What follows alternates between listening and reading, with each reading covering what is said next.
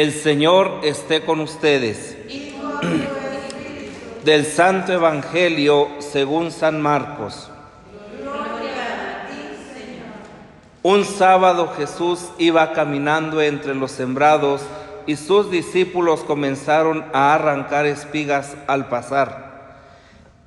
Entonces los fariseos le preguntaron: ¿por qué hacen tus discípulos algo que no está permitido hacer en sábado? Él le respondió: ¿no han leído acaso lo que hizo David una vez que tuvo necesidad y padecía hambre él y sus compañeros? Entró en la casa de Dios en tiempos del sumo sacerdote Abiatar, comió de los panes sagrados que solo podían comer los sacerdotes y les dio también a sus compañeros.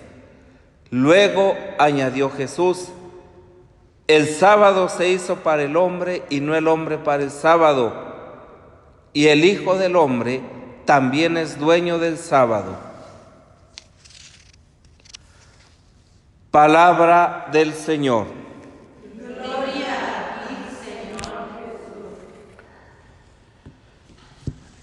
Damos inicio en este día al octavario por la unidad de los cristianos, donde todos hemos de hacer conciencia precisamente de que Cristo Jesús es la cabeza y todos los bautizados, sea cual sea la denominación, somos el cuerpo de Cristo.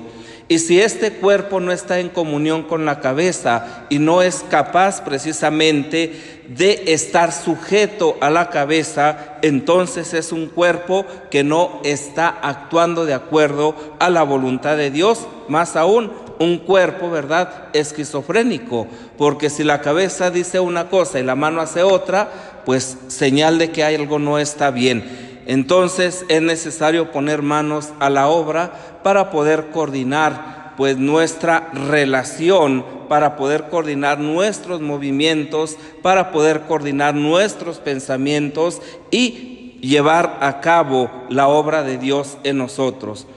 En los últimos meses, ¿verdad?, nos hemos inventado una palabra muy significativa que la llamamos sinodalidad, y que ésta quiere manifestar precisamente esa comunión, esa unidad. Sin embargo, muchas de las veces corremos el peligro de caer en lo mismo. Es sinodalidad cuando todos hacen lo que yo digo, cuando todos piensan como yo. Y entonces yo quiero incluir esto y esto y esto y esto, y si los demás están de acuerdo, entonces es válido, y si no, no lo es. Pues no, eso no es sinodalidad. Sinodalidad es partir precisamente de la comunión del Padre, del Hijo y del Espíritu Santo, teniendo en cuenta cuál es el papel de cada uno y cómo en la obra de salvación cada uno va haciendo lo que le toca hacer sin opacar al otro. De tal manera que actuando en la libertad nosotros podemos vivir en una historia de salvación capaz de proyectar esa comunión, esa unidad desde el comienzo de la dignidad de la persona y poniendo precisamente en función de todo lo que esté a nuestro alcance para que el reino de Dios continúe su obra en medio de nosotros. La primera lectura nos presenta la persona, en la persona de Samuel, pues una persona frustrada, que hace sus planes, que hace sus proyectos, ¿verdad?, pero que quiere hacer su voluntad sin contar con la voluntad de Dios.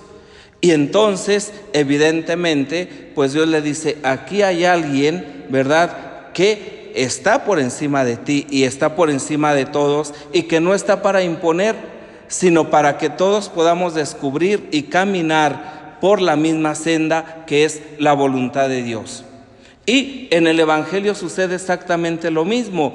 Los fariseos que se creen con el derecho de poder reprender a aquellos que están haciendo algo que está impedido hacerlo en sábado.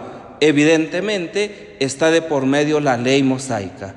Y entonces, pues desde esta perspectiva, claro que tienen razón, pero donde no tienen razón, nuevamente es porque ellos quieren imponer un criterio por encima de la dignidad de la persona. Y así, ¿verdad?, Jesús se va a imponer literalmente como la máxima autoridad, como el que da la libertad, como el que da el sentido precisamente del tiempo y de las cosas. Dios se revela como el Señor del tiempo y de la historia. Es libertad absoluta, no reducible a ninguna medida humana, ni siquiera a la religiosa.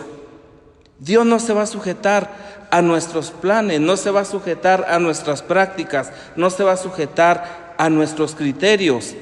La libertad soberana de Dios coincide con su amor, un amor que se manifiesta en la predilección para los más pequeños, en mirar más allá de las apariencias, en el reconocimiento del primado de la persona humana formada en la creación y nunca desmentido.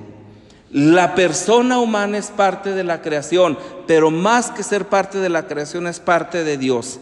Y al ser parte de Dios es una persona en libertad que puede disponer de todo, porque desde los comienzos de la creación Dios así lo quiso.